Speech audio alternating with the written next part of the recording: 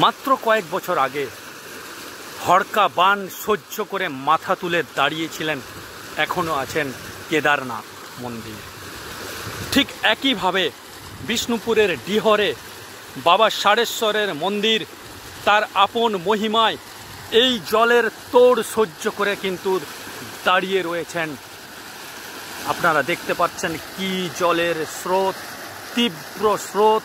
এই জলের ধাক্কা সোজাসুজি গিয়ে পড়ছে বাবা ষাঁড়েশ্বরের মন্দিরের দেওয়ালে, তবুও তিনি মাথা তুলে দাঁড়িয়ে আছেন, জলের তোড় সহ্য করে কিন্তু তিনি দাঁড়িয়ে রয়েছেন।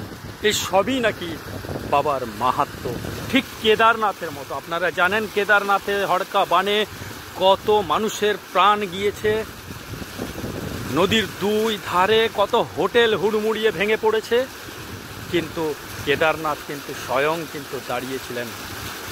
ঠিক আমাদের এই বাবা ষাঁড়েশ্বর, এখানে জলের স্রোতটা দেখুন একেবারে কেদারনাথের মতোই কিন্তু সোজা গিয়ে ধাক্কা মারছে ওই ষাঁড়েশ্বর মন্দিরে, বাবা ষাঁড়েশ্বরের মন্দিরের দেওয়ালে।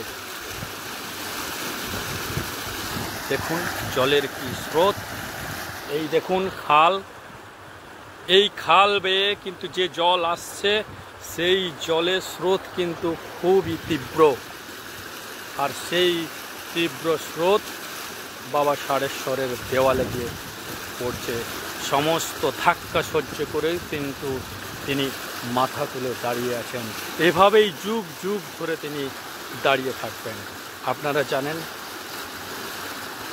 বাবা ষাঁড়েশ্বরের যে মন্দির, সেই মন্দিরের গোড়া কিন্তু এই জলের ধাক্কাতে কিন্তু ক্রমশ ক্ষয়ে যেতে বসেছিল।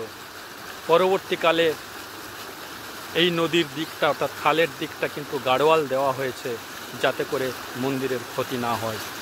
কিন্তু যেভাবে প্রতি বর্ষায় এই খালের জল যেভাবে ধাক্কা মারছে বাবা মন্দিরে দেওয়ালে, সেটা কিন্তু খুবই চিন্তার বিষয়। যদিও বলছেন অনেকেই বাবা ষাঁড়েশ্বর তার নিজের মহিমার জেরে তিনি কিন্তু দাঁড়িয়ে থাকবেন, যুগ যুগ ধরে অক্ষত থাকবেন। আমরাও চাই তিনি থাকুন, বিরাজ করুন এই ডিহর গ্রামে, যুগ যুগ ধরে, শতাব্দী কাল ধরে তিনি বিরাজ করুন এই ডিহর গ্রামে। ধন্যবাদ সকলকে বিষ্ণুপুর নিউজের পক্ষ থেকে।